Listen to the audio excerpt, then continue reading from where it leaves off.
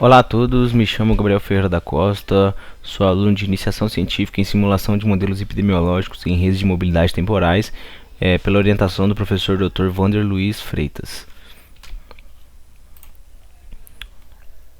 Deixar só o sumário explicitado aqui do projeto, né? Eu já vou começar a falar dos objetivos da pesquisa. Os objetivos dessa pesquisa são dois, né? O primeiro é adaptar um modelo CIR de metapopulações em redes de mobilidade temporais com diferentes configurações topológicas para considerar fluxos de entrada e saída dos nós. A topologia de uma rede refere-se à estrutura dela, em qual o padrão de conexões entre os nós, né? Qual a estrutura de conexão entre os nós. O segundo objetivo seria simular o modelo em redes de mobilidade temporais com diferentes topologias e resoluções temporais. Numa introdução, né, o que é uma rede? Uma rede é um conjunto de elementos interconectados, representados matematicamente como um grafo GVE, onde V são os nós ou vértices, né, e E são as arestas ou links que capturam as interações entre esses nós.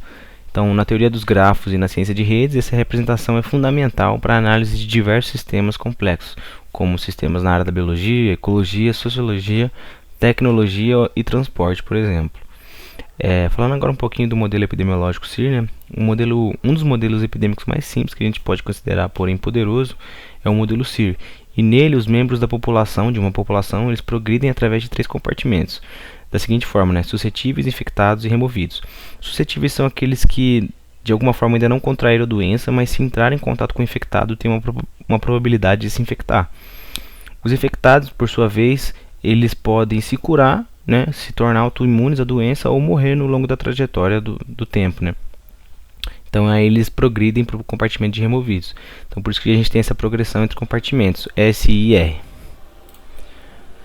Falando um pouquinho agora, epidemias, né, como a da gripe, elas evoluem rapidamente, muitas vezes superando as mudanças na taxa de natalidade e mortalidade. Então a gente pode simplificar alguns modelos para ignorar nascimento e morte, né? Isso é meio que comum.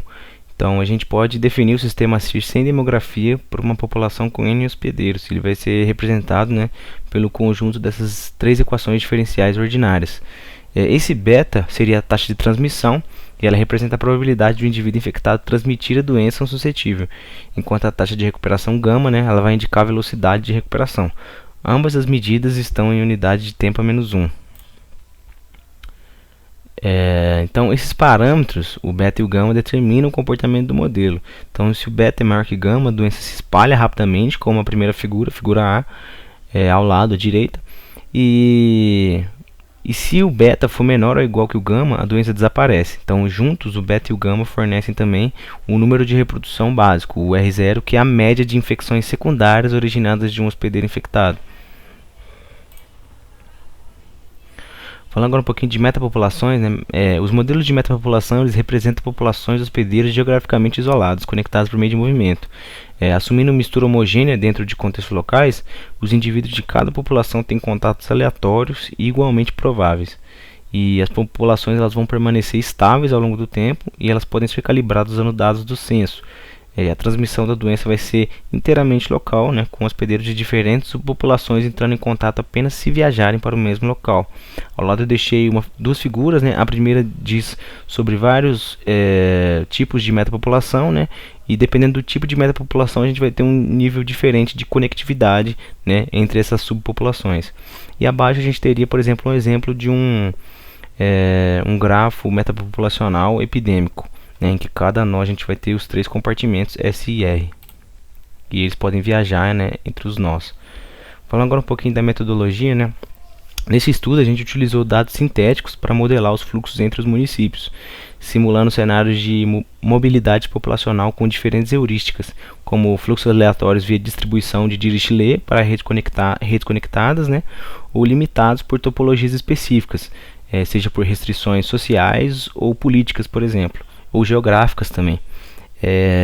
A gente criou tensores que descrevem os fluxos diários de entrada e saída entre os nós.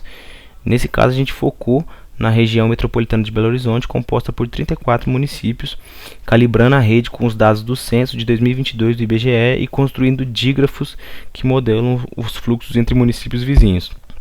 A gente simulou tanto conexões completas quanto redes com restrições geográficas. Deixei ao lado aí o formalismo matricial, que seria uma matriz de adjacência de uma rede, e basicamente os nossos tensores seriam um vetor de matrizes de adjacência, tanto de entrada e saída de fluxos. Mostrando o esquema da nossa rede utilizada, né, a gente construiu ela a partir de bases geoespaciais da Prefeitura de Belo Horizonte, e aí os nós seriam os centroides dos municípios, e as arestas modelam, né, os fluxos intermunicipais entre esses municípios, os 34 municípios.